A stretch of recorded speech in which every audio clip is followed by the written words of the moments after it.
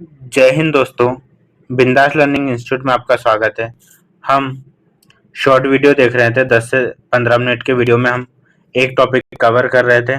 इस क्रम में हमने मौलिक कर्तव्य के सारे आर्टिकल को ट्रिक बनाकर याद किया तथा उसके बाद में कल हमने राष्ट्रपति के सारे आर्टिकल को याद किया और उसके बाद में कौन से राष्ट्रपति, किसके बाद में कौन से राष्ट्रपति आए, कौन कौन से राष्ट्रपति थे, उनको भी हमने ट्रिक बनाकर याद किया। इसी क्रम में आज हम मौलिक अधिकार को देखेंगे।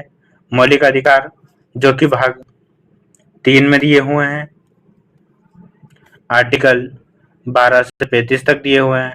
ये 12 से 35 तक के जो आर्टिकल है इन्हें हम ट्रिक के माध्यम से याद करेंगे और इसके अंदर जो सब क्लोज है उसको भी हम ट्रिक के माध्यम से याद करेंगे। ठीक है, तो बिना देरी के हम इस वीडियो की शुरुआत करते हैं। ये हम जल्दी जल्दी देखेंगे क्योंकि हम क्विक रिवीजन के तौर पर याद कर रहे हैं, क्विक रिवीजन कर रहे हैं, इसे समझ नहीं रहे हैं, सिर्फ ट्रिक बनाकर याद कर रहे हैं। ठीक है, फिर भी बेसिक समझ के हिसाब से ही हम याद करेंगे। तो जैसा कि अभी हमने देखा कि मौलिक अधिकार कितने, भाग 3 में आर्टिकल 12 से 35 तक दिए हुए हैं। तो मौलिक अधिकार कहाँ से लिए गए हैं ये देख लेते हैं हम। पहले तो मौलिक अधिकार अमेरिका से लिए हुए हैं। अब जैसे कैसे याद करेंगे, अ से अधिकार हो गया, अ से ही अमेरिका हो गया। ठीक है, ऐसा हम याद कर देंगे, अ से अधिकार और अ से ही अमेरिका। ठीक है, कार सबसे ज्यादा अधिक कार कहाँ बनाई जाती है, अमेरिका में बनाई जाती है।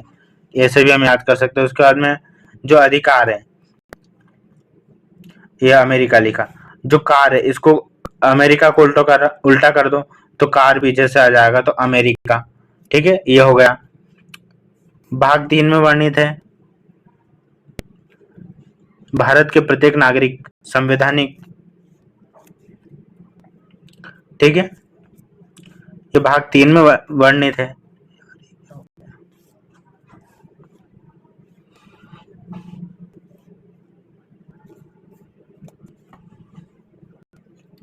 भाग 3 में वर्णित प्रत्येक भारतीय नागरिकों के लिए एक संवैधानिक सुरक्षा कवच प्रदान करते हैं। यह अधिकार 12 से 35 तक बताए गए हैं। जैसा कि अभी हमने देखा, ये भारतीय लोकतंत्र की आधारशिला का निर्माण करते हैं। ये 6 प्रमुख श्रेणियों में वर्गीकृत है। 6 प्रमुख श्रेणी कौन कौन सी है, तो देखो पहली हमारी श्रेणी है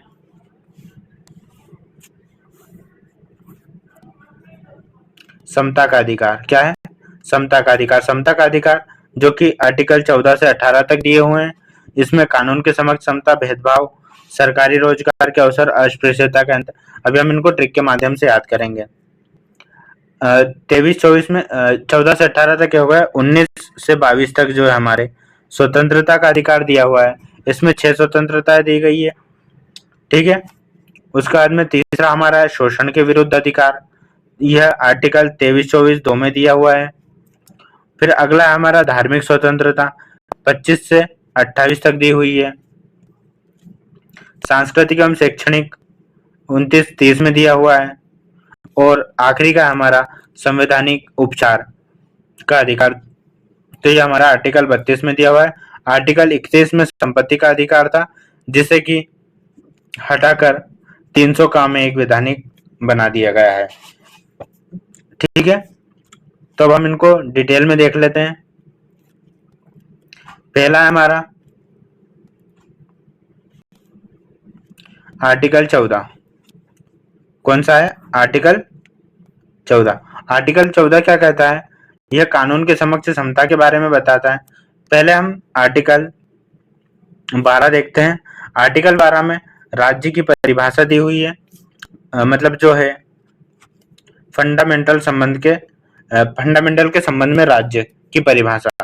ठीक है, इसे हम प्लेन पेज पर देखते हैं।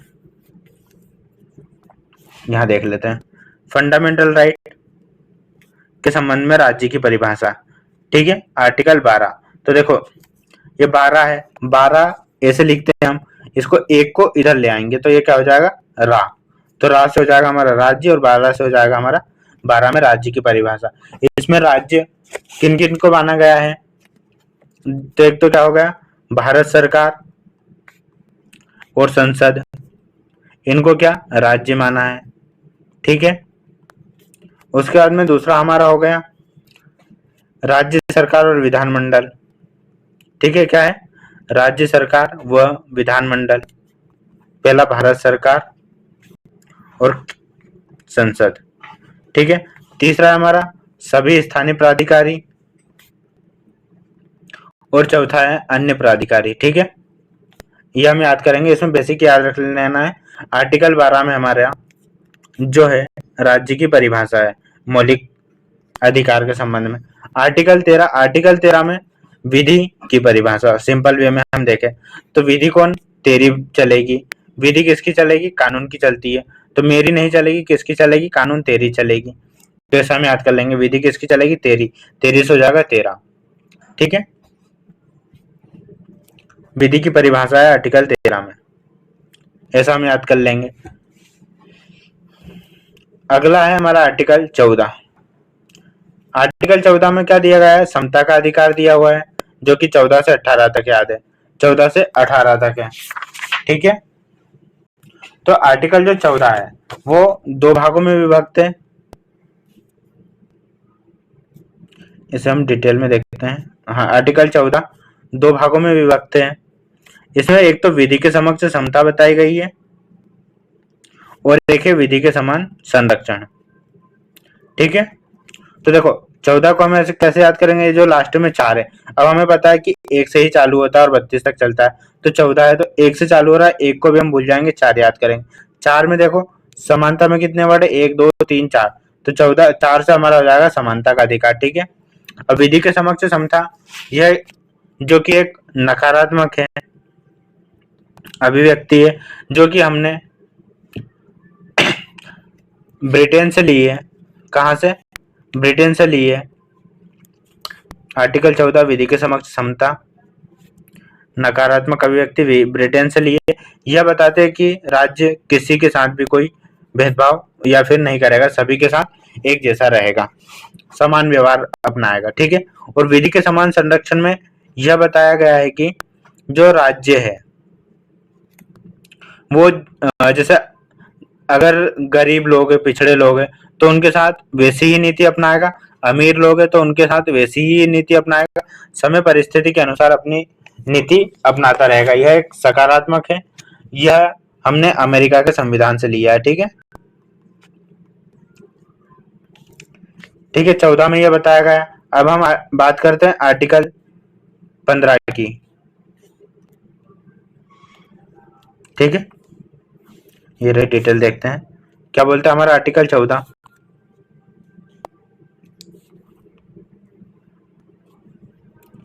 राज्य किसी भी व्यक्ति को कानून के समक्ष समानता और कानून के समान संरक्षण से वंचित नहीं करेगा। यह सिद्धांत समानता के सभी अधिकारों का आधार है। ठीक है, हमने इसकी डिटेल देख ली। अगला है भेदभाव का निषेध। तो जो हमारा आर्टिकल 15 है वो कितने 5 आधार पर, धर्म, मूलवंश, जाति, लिंग और जन्म स्थान, ये जो 5 है, अब देखो ये 5 है और 5 ही चीजें इधर दी गई है। धर्म दिया है, मूलवंश दिया है, जाति, लिंग और जन्म स्थान, 5 आधारों पर भेदभाव नहीं करेगा। ठीक है, अगर सिर्फ इसमें केवल शब्द लिखा गया है तो मतलब ये जो 5 आधार है, 5 आधार पर ही भेदभाव नहीं करेगा, लेकिन अगर निवास आधार आता तो यह निवास आधार पर भेदभाव कर सकता है। ठीक है, तो आर्टिकल 15 में यह दिया गया भेदभाव। अब देखो दूसरा में से याद कर लेंगे, 5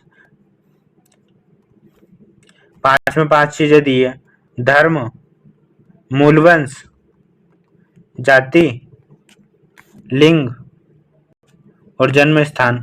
ठीक है, जब आप यह पढ़ रहे हो तो अपने जो नोट्स है वो ओपन करके रखिएगा और वहां पे ये चीजें लिखते चलिएगा, तो आपको जल्दी से जल्दी समझ आएगा और याद होगा। आर्टिकल 15 हो गया हमारा। ठीक है, और आर्टिकल 15 के अंतर्गत 15 6 सब क्लोज दिए हुए हैं। तो ठीक है, 15(1) में क्या बताया गया है कि यह धर्म, मूलवंश इनके आधार पर भेदभाव नहीं करेगा। इसमें जो केवल शब्द दिया हुआ है, तो केवल में जो आएगा ये 5 आधार ही आएंगे, 5 के आधार अलावा भेदभाव कर सकता है। इसमें क्या बताया, धर्म, जाति, लिंग, जन्म स्थान, जाति के आधार पर किसी प्रकार का भेदभाव नहीं होगा। सार्वजनिक स्थान जैसे धर्मशाला, घरेलू जल नल, होटल, सिनेमा घरों में भी भेदभाव नहीं होगा। अगर हम इसके बाद में आरक्षण की बात करें इसी में, तो 15(1) में हमारा 5 आधार पर बताया गया भेद नहीं करेगा। और 15(2) है, 15(2) में कोई नागरिक केवल जैसे दुकान, राज्य के अलावा जो दुकान है, होटल है, मनोरंजन के साधन है, स्थल है, कुआं तालाब पर भी भेदभाव नहीं करेगा। ये दो चीजें 15(1) और 15(2) में बताई गई है। ठीक है, 15(1) में 5 चीजें हो गई, 15(2) में दुकान वगैरह भी वो बताया गया है। ठीक है, अब 15(3) क्या कहता है, देखो 15(3) इसका पहला अपवाद है। ठीक है, इसमें दो चीजें बताई गई है, एक तो महिला और बच्चे। अब देखो 15 तो हमें याद है, तीन महिला 3 शब्द का अंतर अक्षर है, और बच्चे भी 3 शब्द का अंतर है अक्षर है। तो या फिर हम ऐसे भी याद कर सकते, ये जो ल है, ल कैसे 3 के जैसा दिख रहा है, तो ऐसे भी याद कर सकते। तो 15(3) जो महिला और बच्चों के साथ ये विशेष प्रावधान बना सकता है। ठीक है, अब जैसे महिलाओं की और बच्चों की स्थिति उतनी अच्छी होती नहीं है, तो उन्हें बढ़ावा देने के लिए भेदभाव कर सकता है। ठीक है, अगला है 15(4). 15(4) में बताया गया है कि सामाजिक और शैक्षणिक रूप से पिछड़े जो वर्ग हैं, ओबीसी, एससी और एसटी के लिए यह विशेष प्रावधान ला सकता है। ठीक है, अगला है 15(5). 15(5) में शैक्षणिक संस्थाओं में आरक्षण का प्रावधान है। और जो है 15(6), 15(6) में ईडब्ल्यूएस अर्थात 10% आरक्षण दिया गया है। ठीक है, किसमें, आर्थिक स्थिति को मजबूत करने के लिए। ये हम क्विक रिवीजन देख रहे हैं, इसलिए हम जल्दी जल्दी पढ़ रहे हैं। तो देखो 12 में राज्य, 13 में विधि की परिभाषा, 14 समानता, याद रहेगा इसमें दो चीजें देखी थी, विधि के समान संरक्षण और विधि के समान समता। ठीक है, फिर 15 देखा, 15 में हमने 5 चीजें देखी थी, धर्म, मूल वंश, जाति, लिंग, जन्म स्थान। और 15(2) में 15(1) में इन 5 आधारों पर भेदभाव नहीं करेगा, और केवल शब्द दिया, बाकी निवास स्थान आधार पर भेदभाव कर सकता है। 2 में जो दिया गया है दुकान, होटल पर भेदभाव नहीं करेगा। 3 में महिलाओं, अपवाद है पहला, महिलाओं बच्चों के लिए विशेष उपबंध बना सकता है। 4 में जो है सामाजिक और शैक्षणिक रूप से पिछड़े जो वर्ग है, जैसे एससी, एसटी, ओबीसी के संदर्भ में नीतियां बना सकता है। और जो 15(5) में शैक्षणिक संस्थाओं में प्रवेश के लिए नीति बना सकता है। और जो 6 आर्थिक आधार पर भेदभाव कर सकता है। ठीक है, ये 15 होगा। आर्टिकल जो 16 है हमारा, आर्टिकल 16 में भी लोक नियोजन की समानता दी गई है। ठीक है, लोक नियोजन में अवसर की समानता। ठीक है, मतलब सरकारी रोजगार में समान अवसर। तो यह भी राज्य के भीतर नागरिक को सरकारी नौकरी में समान अवसर देगा। ठीक है, संसद निवास संबंधी शर्त लगा सकती है। एससी एसटी के लिए पदोन्नति में भी आरक्षण का प्रावधान दिया गया है। ठीक है, तो जो हमने 15 में देखा था, 5 आधारों पर भेदभाव नहीं कर सकती। लेकिन जो आर्टिकल 16 है, 16 में यह 7 आधार है, धर्म, मूलवंश, जाति, लिंग, जन्म स्थान, निवास स्थान। ठीक है, कौन कौन से, धर्म, मूलवंश, जाति, लिंग, जन्म स्थान, निवास स्थान तथा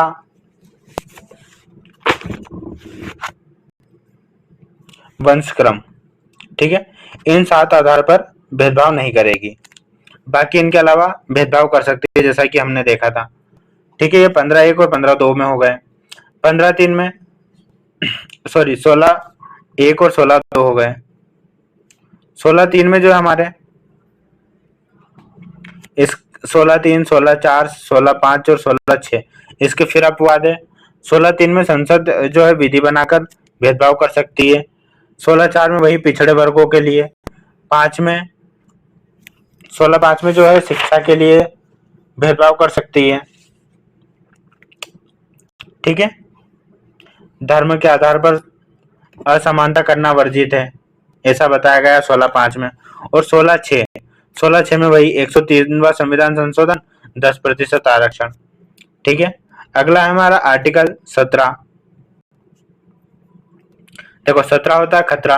खतरा में किससे? अस्पृश्यता से। तो अस्पृश्यता का अंत किसमें? 17 में है। आर्टिकल 18। आर्टिकल 18 क्या कहता है? उपाधियों का अंत। ठीक है। तो हमें कितनी 18 उपाधियां दी गई थी। तो 18 उपाधियां दी गई थी तो हमने उनको नहीं लिया, अंत कर दिया उसका। तो उपाधियों का अंत होगा 18 में। ठीक है। अतः अस्पृश्यता का अंत, अस्पृश्यता को भारत में समाप्त की गई है। इसका अनुचित उपयोग करना कानून के अपराध दंडनीय है। जो अपराधी है 18 में उपाधियों का अंत दिया गया है। राज्य कोई उपाधि नहीं देगा। विदेशी इसमें 4 चीजें बताई गई है 18 में। ठीक है। कौन कौन सी? जो आर्टिकल 18 बताता है कि इसमें उपाधियों का अंत किया गया है। तो इसमें 4 चीजें कौन कौन सी है? या जो राज्य है वो विदेशियों से उपाधि नहीं लेगा। विदेशी नागरिक जो देश में है वो उस देश से उपाधि राष्ट्रपति की स्वीकृति के बाद ही लेंगे। भारत का कोई भी नागरिक विदेशी राज्य से उपाधि नहीं लेगा। राज्य, सेना और विधि सम्मान के अलावा कोई उपाधि प्रदान नहीं करेगा। ठीक है। ठीक है। कौन कौन सी हो गई 18 में? राज्य, विधि और सेना के अलावा कोई उपाधि धारण नहीं करेगा। सेकंड में हो जाएगी हमारी, भारत का कोई भी विदेशी नागरिक से मतलब विदेशी कंपनी संस्था से उपाधि नहीं लेगा राज्य से। तीसरा, भारत में काम करने वाला विदेशी नागरिक जो है वहां से उसके देश से उपाधि राष्ट्रपति की स्वीकृति के बाद ही लेगा। ठीक है। और जो व्यक्ति भारत का नागरिक न होते हुए राज्य के अधीन लाभ का कोई पद धारण करता है वह विदेशी राज्य से कोई उपाधि राष्ट्रपति की सहमति के बिना नहीं लेगा। ठीक है। ये हो गया हमारा आर्टिकल 18। आर्टिकल 19 से 22 तक हमें 6 स्वतंत्रता दी गई है। इसमें हमें स्वतंत्रता का अधिकार दिया गया है। ठीक है। तो पहली हमारा 19(1) में अभिव्यक्ति की स्वतंत्रता अर्थात वाक्य एवं अभिव्यक्ति की स्वतंत्रता। 19(2) संघ बनाने की स्वतंत्रता।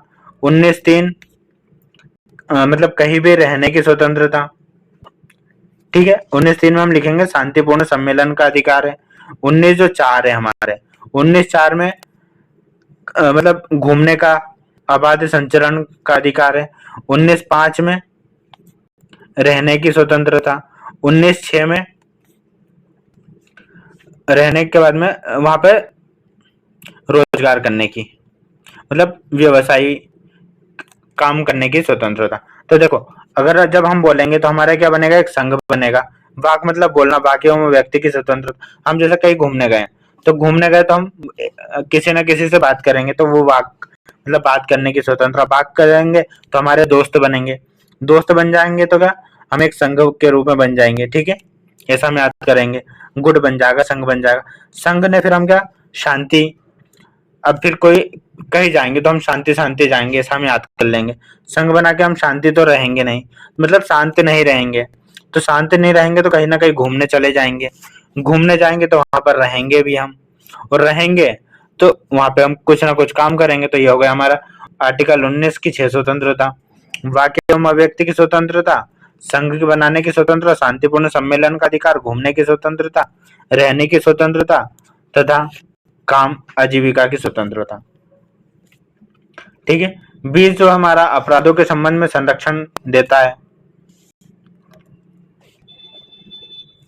देखो हमने कितने अपराध किए हैं? 20 अपराध किए हैं।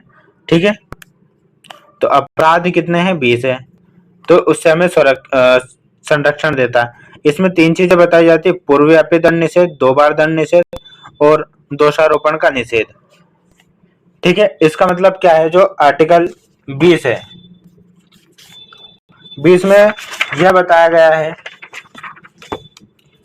कि कोई भी जो व्यक्ति है पीछे की तारीख से बनाए गए कानून के तहत दोषी नहीं ठहराया जा सकता या दंड नहीं किया जा सकता। अब जैसे किसी ने चोरी करी है, मान लो सोमवार या 2025 में चोरी करी, और 2025 में चोरी करने के लिए मात्र 2 महीने का दंड था, और उसका जो फैसला हो रहा है, मतलब उसे जेल ले गया कानून, कोर्ट की कचहरी, तो 2026 का समय आ गया, तो चोरी की सजा बढ़ाकर 5 साल कर दी, तो उससे जो सजा मिलेगी सिर्फ 2 माह की मिलेगी, 5 साल की नहीं मिलेगी। ठीक है, तो यह बताया गया है। 2 बार दंड का निषेध, तो किसी एक ही व्यक्ति को एक सजा के लिए 2 बार, मतलब एक से अधिक दंड नहीं दिया जा सकता, इसमें यह बताया गया है। तीसरा है अपने विरुद्ध गवाही देने के से संरक्षण, मतलब कोई किसी भी व्यक्ति को अपने विरुद्ध गवाही देने के लिए मजबूर नहीं किया जा सकता। ठीक है, ये हो गया हमारा 20। आर्टिकल 21 हमारा है। आर्टिकल 21 में 2 चीजें हैं, एक तो आर्टिकल 21 है जीवन और व्यक्तिगत स्वतंत्रता, दूसरा 21 है में शिक्षा का अधिकार। ठीक है, तो जीवन और 21 है, मतलब हम 2 लोग हैं, एक लोग है, हम मान लो जैसा कि हमारे इसका नाम हमने रखा है बिंदास इंस्टीट्यूट, तो हम बिंदास तरीके से याद करेंगे, तो 21 है। तो हम सबसे ज्यादा जीवन और व्यक्तिगत स्वतंत्रता कब मान लेते हैं? जब हमें किस मिल जाता है। ठीक है, किस मिल जाता है तो हम अच्छे से व्यक्तिगत स्वतंत्रता मानते हैं, जीवन को अच्छा मानते हैं, ऐसे याद कर लेंगे हम। ठीक है, किस किसे मिलेगा? हमारे जीवन साथी से मिलेगा, ऐसे हम याद करेंगे। किस किस से मिला? 21 का हमने लिया। किस किसने दिया? हमारा जीवन साथी ने दिया। जीवन साथी कौन? हमारा व्यक्तिगत जीवन साथी, हम किसी से तो लेंगे नहीं, तो जो हमारा व्यक्तिगत अर्थात पर्सनल होगा उसी से लेंगे। तो किसने दिया? व्यक्तिगत ने दिया, हमारे जीवन साथी ने दिया, तो व्यक्तिगत से हो जाएगा हमारी व्यक्तिगत स्वतंत्रता, और जीवन से हो जाएगा हमारा जीवन। तो 21 में हो गया जीवन और व्यक्ति की स्वतंत्रता। ये हम सिर्फ ट्रिक बनाने के लिए याद कर रहे हैं, बाकी और कोई मकसद है नहीं हमारा, ताकि हमें चीजें याद हो जाए आसानी से, इसलिए हमने हमारा नाम भी बिंदास रखा था कि हम बिंदास तरीके से याद करेंगे। किसी व्यक्ति को विधि द्वारा स्थापित प्रक्रिया के अनुसार जीवन और व्यक्ति से स्वतंत्रता से वंचित नहीं किया जाएगा। सर्वोच्च न्यायालय ने इस अनुच्छेद के व्यापक अर्थ का व्याख्यापित किया। इसमें गरिमा का जीवन, स्वास्थ्य, शिक्षा, पर्यावरण, न्याय, गोपनीयता आदि भी शामिल है। 21(1) इसमें 6 से 14 वर्ष के सभी बच्चों के लिए निःशुल्क और अनिवार्य शिक्षा दी है। यह कब? 86वां अनुसंधान और संविधान संशोधन के द्वारा जोड़ा गया। हमारा वीडियो ज्यादा लंबा हो रहा है, इसलिए हम जल्दी जल्दी देखेंगे। अगला है हमारा आर्टिकल 22। इसमें गिरफ्तारी और निरोध से संरक्षण दिया गया है। अब जैसे गिरफ्तारी है, तो गिरफ्तार करके हमें गिरफ्तार करेंगे तो हमारे दोनों हाथ में हथकड़ी लगाएंगे, तो 2 से दोनों हाथ, और हथकड़ी दोनों हाथ में लगाएंगे, तो आपने हथकड़ी देखी होगी दोनों हाथ में लगाने की होती है, ऐसी होती है, तो 2 से ये 2, तो 22 में जाएगा हमारा गिरफ्तारी और निरोध से संरक्षण। ठीक है,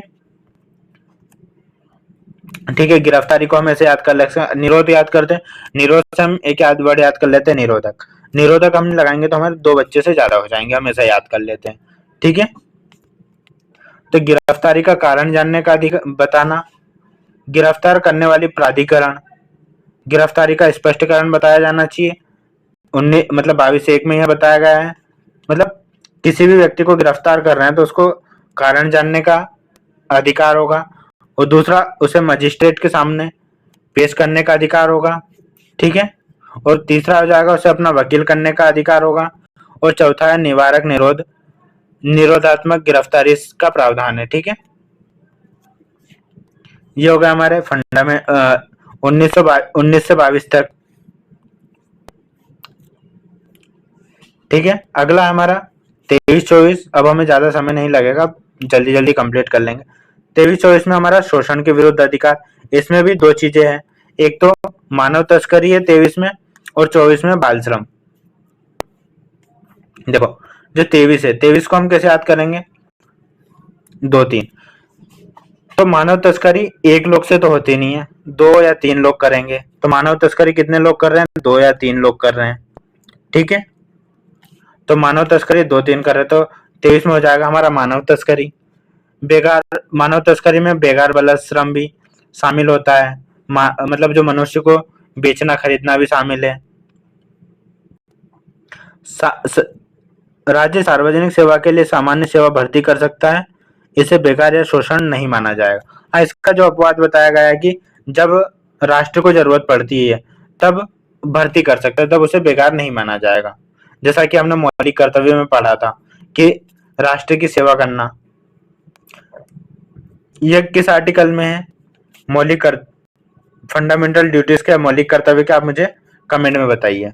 आर्टिकल 24 में है बाल श्रम। बाल श्रम 14 वर्ष से कम बच्चे एज के जो हैं वो क्या होते हैं, बच्चे होते हैं। ठीक है, इधर 14 होगा, 14 से हम याद कर लेंगे 24 में 14 की बातें बताई गई है, तो 14 से नीचे कौन बच्चे होते हैं। तो बच्चे किसी भी खतरनाक उद्योग कारखानों में काम नहीं करेंगे। ठीक है, सभी प्रकार के बाल श्रम को प्रतिबंधित किया है किसने, सर्वोच्च न्यायालय में। देखो इन अधिकारों को संवैधानिक महत्व दिया गया है और इनका उल्लंघन करने वाले व्यक्ति या संस्थाओं के विरुद्ध कानूनी कार्रवाई की जा सकती है। ठीक है, 23-24 हो गया हमारा। अगला है 25 से 28 हमें धार्मिक स्वतंत्रता दी गई है। ठीक है, अब हम देखें तो हमारे कितने 36 करोड़ देवता है। तो 36 करोड़ देवता मतलब हम यहाँ से याद कर लेते हैं 25 से 28 करोड़ देवता है, ऐसा हम याद कर लेंगे। है मान्यताओं के अनुसार 36 करोड़ है, लेकिन हम याद कर लेते हैं 25 से 28 करोड़ देवी देवता है। ठीक है, तो जो 25 है, 25 में हमें क्या धर्म की स्वतंत्रता दी गई है। इसमें हमें बताया गया है कि धर्म का पालन, मानने का अधिकार, पालन करने का अधिकार, प्रचार करने का अधिकार और सामाजिक सुरक्षा के लिए राज्य कानून बना सकता है। ठीक है, क्या क्या कर सकते हैं, जो 25 है, 25 में धर्म की स्वतंत्रता अर्थात अंतःकरण की स्वतंत्रता भी इसे कहते हैं। इसमें हम धर्म को मानने का अधिकार है, उसका पालन करने का अधिकार है, धर्म का प्रचार करने का अधिकार है, और अगर कोई आपकी प्रचार से होता है और धर्म बदलता है तो उसे सजा नहीं दी जाएगी। ठीक है, सामाजिक अपराध के लिए राज्य कानून बना सकता है। 26 में धार्मिक संस्थाओं का प्रबंधन बताया गया है। 26 में क्या जो 2-6 हैं। 25 का हो गया हमें अंतःकरण की स्वतंत्रता। 25 साल में हमारा जो शिक्षा का अंत होता है, जब हम पढ़ते हैं 4 संस्कार पढ़ते हैं, सॉरी 4 जो पढ़ते हैं हम आश्रम, तो 0 से 25 तक है हमारा शिक्षा का। 25 से 50 गृहस्थ आश्रम, ये बाल आश्रम या बाल श्रम बोल सकते हैं। 50 से वानप्रस्थ और फिर लास्ट वाला। तो 25 में हो रहा तो अंत हो रहा, तो अंतःकरण की स्वतंत्रता, ऐसा हम याद कर लेंगे। इसमें धर्म की शिक्षा लेने जाते थे पहले, तो हम ऐसा याद कर लेते हैं। 26 में उनका प्रबंधन, अब जैसे हमें ये तो पता है 25 से 28 धर्म है, तो धर्म से संबंधित बात करेंगे। तो अगर स्थापना कर रहे हैं उनकी, तो उनका प्रबंधन भी करना पड़ेगा। ठीक है, तो 26 में प्रबंधन के बारे में बताया गया है। धार्मिक संस्थाओं की स्थापना का अधिकार है, स्वतंत्र प्रबंध का अधिकार है, संपत्ति अधिग्रहण और प्रबंध का अधिकार भी है। फिर आर्टिकल 27 में कुछ ऐसी बातें हैं जो बुरी हो सकती है, तो धार्मिक कर निषेध है, जो सताती है। 7 से याद करें, सताती जो चीजें हैं, जो चीजें हमें सताती है उसे हम पर निषेध लगा देंगे। ठीक है,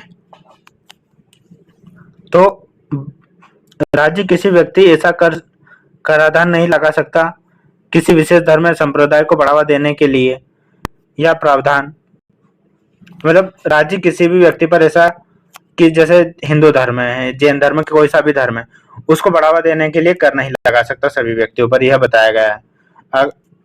जो हमारा 28 है, 28 में धार्मिक शिक्षा के बारे में बताया गया है कि अगर धर्म किसी स्थान में आयोजित किसी स्कूल में किसी धर्म से संबंधित शिक्षा दी जाती है, तो उसमें अलाउ कर सकता है क्या, धर्म शिक्षा देने के लिए। ठीक है, कोई मतलब जैसे किसी जो हिंदू धर्म है, हिंदू धर्मों का एक संस्थान है जिसमें हिंदू धर्म और रामायण महाभारत पढ़ाई जाती, तो उसमें उसे पढ़ाने की आज्ञा दे सकता है। ठीक है, यह 28 बताता है।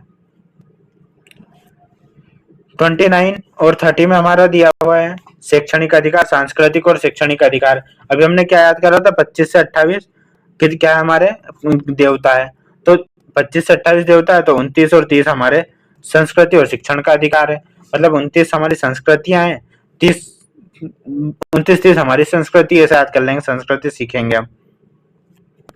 ठीक है, 29 में संस्कृति, यह अधिकार सांस्कृतिक शैक्षणिक रूप से स्थापना संचालन अधिकारों को नियोजित करते हैं।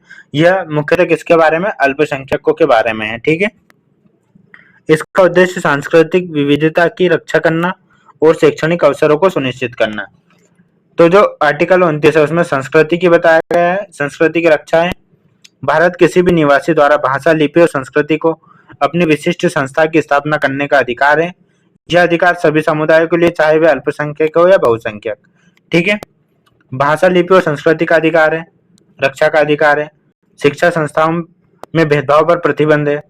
राज्य किसी संस्थाओं में प्रवेश के लिए भेदभाव नहीं कर सकता। 30 लोग हमारे यहाँ अल्पसंख्यक है। ठीक है, तो अल्पसंख्यक समुदाय को उनसे धार्मिक और भाषाई के लिए विशेष सुरक्षा प्रदान करता है ताकि वे संस्कृति और भाषा की रक्षा कर सके। जो 29 है वो सभी के लिए अलावा है, और जो 30 है वो सिर्फ भाषा और धार्मिक आधार पर है। इसमें अल्पसंख्यक समुदाय शिक्षा संस्थान की स्थापना कर सकते हैं, संपत्ति अधिग्रहण कर सकते हैं, और राज्य सहायता भेदभाव नहीं करेगा। विशेष में क्या दिया, केवल अल्पसंख्यक समुदाय के लिए लागू होता है आर्टिकल 30, 29 सभी समुदाय पर लागू होता है। ठीक है, यह अंतर को दर्शाता है। उसके बाद में हम देखते हैं आर्टिकल 32। आर्टिकल 32 संवैधानिक उपचार का अधिकार है। लास्ट है तो हम ऐसे ही याद रख लेंगे कि संवैधानिक उपचार का अधिकार है। इसमें 5 प्रकार की रिट जारी होती है। ठीक है, पहले तो यह बताता है रिट कैसे जारी हो रिट का मतलब होता है अगर आपके मौलिक अधिकारों का उल्लंघन होता है तो आप सीधे सर्वोच्च न्यायालय में अपील कर सकते हो। ठीक है, पहली हमारी रिट है 5 प्रकार की writ, habeas corpus, mandamus, prohibition, certiorari और क्वा वारंटो। ठीक है, तो इसे हम ऐसे देख सकते हैं। जो पहली है हमारी कौन सी है, हेबियस कार्पस, जिसे हम लिख के ही याद करते हैं। कहां पर, यहाँ पर देख लेते हैं। पहली कौन सी है हमारी, हेबियस कार्पस, अर्थात बंदी प्रत्यक्षीकरण। बंदी प्रत्यक्षीकरण क्या बोलती है कि किसी भी व्यक्ति को आप बंदी बनाकर नहीं रख सकते। बंदी प्रत्यक्षीकरण का अर्थ ही होता है शरीर प्राप्त करना। ठीक है, बंदी बनाकर नहीं रख सकते, यह बताती है। दूसरी है हमारी परमादेश। परमादेश में ऐसा आता है कि हम आदेश देते हैं, मतलब कोई भी ऐसा अधिकारी है जो अपने कर्तव्य को करने कर तो सकता है लेकिन वो मना कर रहा है, तो उसे आदेश देकर उसके कर्तव्य करवा सकते हैं। तीसरा हमारा प्रतिषेध, प्रतिषेध या फिर प्रोहिबिशन। परमादेश को मेंडेमस बोलते हैं। और एक जो हमारी हो गई हेबियस कार्पस, प्रतिषेध, ये एक न्यायिक रेट है। कैसी रेट है, यह एक न्यायिक रेट है। ये इसका मतलब होता है रोकना। ठीक है, यह जो है वरिष्ठ न्यायालय के मतलब उच्चतम न्यायालय के द्वारा जो नीचे के न्यायालय उन पर उनके खिलाफ जारी की जाती है। ठीक है, यह कब जारी किया, जब कोई न्यायालय जैसे हाईकोर्ट ने कोई ऐसा अपना फैसला दे दिया जो कि उससे क्षेत्र से बाहर है, तब यह रिट जारी होती है। अगली हमारी रिट है उत्प्रेषण की रिट, जिसे हम सर्टियोरी कहते हैं। यह भी एक न्यायिक रिट है। इसके तहत भी अधीनस्थ न्यायालय में चलने वाले जो वाद हैं उनको वरिष्ठ न्यायालय के पास भेजने का आदेश दिया जाता है। मतलब ऐसे मामले जो निम्न सदन में मतलब हाई कोर्ट में चल रहे हो, उसे सुप्रीम कोर्ट में भेजने का आदेश दिया जाता है जो कि हाई कोर्ट की परिधि से बाहर हो। तो ये उत्प्रेषण रेट है। दोनों न्यायिक रेट है। अब इन दोनों में हम नॉर्मल सा अंतर है। जो प्रतिषेध की रेट है, प्रतिषेध रेट कब जारी होती है, जब अधिकारिता जिसे हाई कोर्ट को अधिकारिता प्राप्त नहीं है, तो वरिष्ठ न्यायालय मतलब अधिकारिता प्राप्त नहीं है फिर भी उस पर सुनवाई हो रही है, तो जो वरिष्ठ न्यायालय अर्थात सुप्रीम कोर्ट है, अधीनस्थ न्यायालय जब कोई अधीनस्थ न्यायालय ऐसे मामले की सुनवाई करता है जिस पर उसे अधिकारिता प्राप्त नहीं है, तो वरिष्ठ न्यायालय प्रतिषेध रिट जारी करता है। ठीक है, प्रतिषेध रिट जारी करता है और जो अधीनस्थ न्यायालय को उन कार्यवाही को आगे बढ़ाने से रोक सकता है। ठीक है, दूसरी ओर जो है अधीनस्थ न्यायालय मुकदमे की सुनवाई कर चुका है और निर्णय दे चुका है।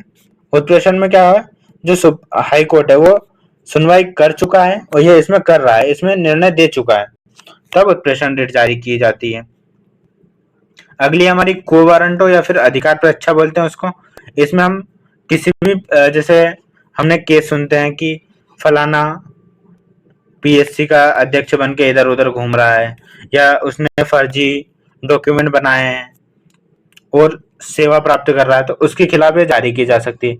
मतलब सार्वजनिक पद का अवैध रूप से धारण करना, इसमें यह बताया गया जाता है। इसमें यह पूछा जाता है कि आपने किस उद्देश्य से यह धारण किया है और यह धारण करने से रोकना है। तो यह हुई हमारी आर्टिकल 32-32 और 31 था पहले, जिसे अब 300 क में बना दिया गया है एक वैधानिक आयोग। 31 क्या संपत्ति का अधिकार से संबंधित था। ठीक है, तो ये हमारी हो गए पूरे 32 आर्टिकल 12 से 35 तक। ठीक है, देखो अगर हम मौलिक अधिकारों का सारांश देखें तो 6 मुख्य श्रेणी थी, हमने देख चुके थे। समानता, स्वतंत्रता, धार्मिक स्वतंत्रता, सांस्कृतिक, संवैधानिक शोषण और उपचार का अधिकार। 24 आर्टिकल है 12 से 35 तक। 6 स्वतंत्रताएं थी जिसे हमने याद करा था। वाक बोलेंगे तो संघ बनेगा, संघ बनेगा तो हम शांत तो बैठेंगे नहीं, शांत नहीं बैठेंगे तो घूमने जाएंगे तो रहेंगे वहां, और रहेंगे तो कुछ ना कुछ व्यापार करेंगे। ये 6 स्वतंत्रता देखी थी।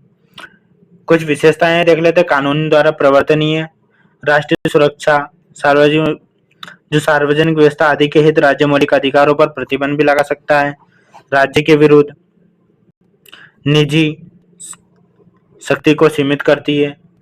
देखो अन्य प्रावधान भी है, जैसे हमने 12 से 35 तक देखे थे, तो 12 से 32 तक तो हमने देख लिया। अब 33 है। 33 में क्या बताया गया है, सशस्त्र बल बताया गया है। देखो शस्त्र हम कैसे एक साथ 3-3 चलाते हैं। त्रिशूल चलाएंगे तो 3 है, वो एक शस्त्र है।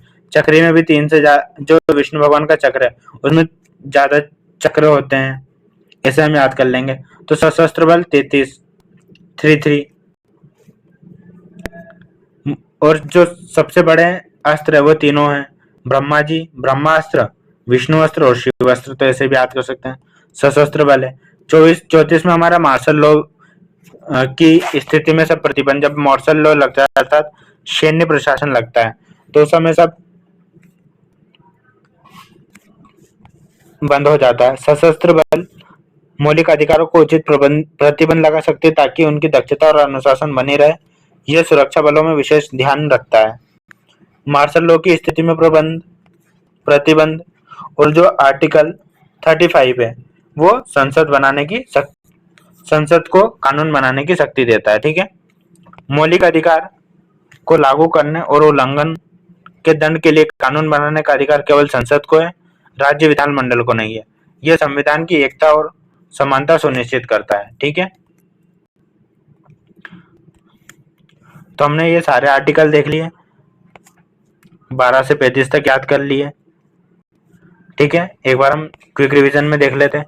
आर्टिकल 12 राज्य की परिभाषा, 13 विधि की परिभाषा, 14 समानता, 15 धर्म मूलवंश जाति लिंग जन्म स्थान के आधार पर विभेद, 16 लोक नियोजन में अवसर की समानता, यह भेदभाव की समानता हो गई। 17 में अस्पृश्यता का अंत, 18 उपाधियों का अंत, 19 में स्वतंत्रता का अधिकार, 20 जो हमें दोहरे दंड या गिरफ्तारी से संरक्षण बताता है, 21 में जीवन जीने का अधिकार और शिक्षा का अधिकार, जो 22 है हमारा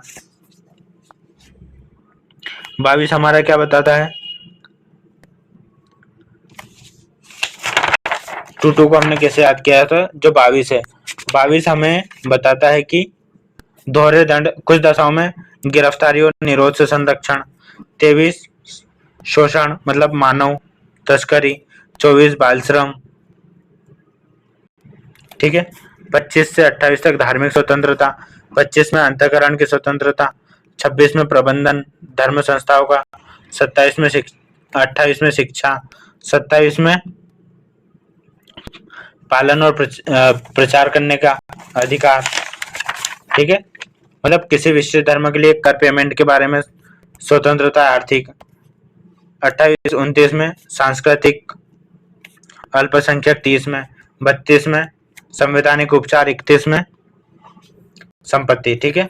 33 सशस्त्र बल, 34 जो हमारा मार्शल लॉ और 35 संसद कानून, मतलब संसद में परिवर्तन वगैरह कर सकती है और कोई नहीं, ठीक है। तो इस वीडियो में हमने फंडामेंटल राइट कंप्लीट करे, उन्होंने ट्रिक के माध्यम से याद किया। तो कैसा लगा आपको ये वीडियो, कमेंट के माध्यम से जरूर बताइएगा। अगर आपको वीडियो अच्छा लगा हो तो like, comment, share and subscribe करें। और इसके बाद में आप किस की ट्रिक बनवाना चाहते हो आप मुझे कमेंट में बताइए, ताकि हम अगला वीडियो उसी के ऊपर बनाएं। Thank you. जय हिंद, जय भारत।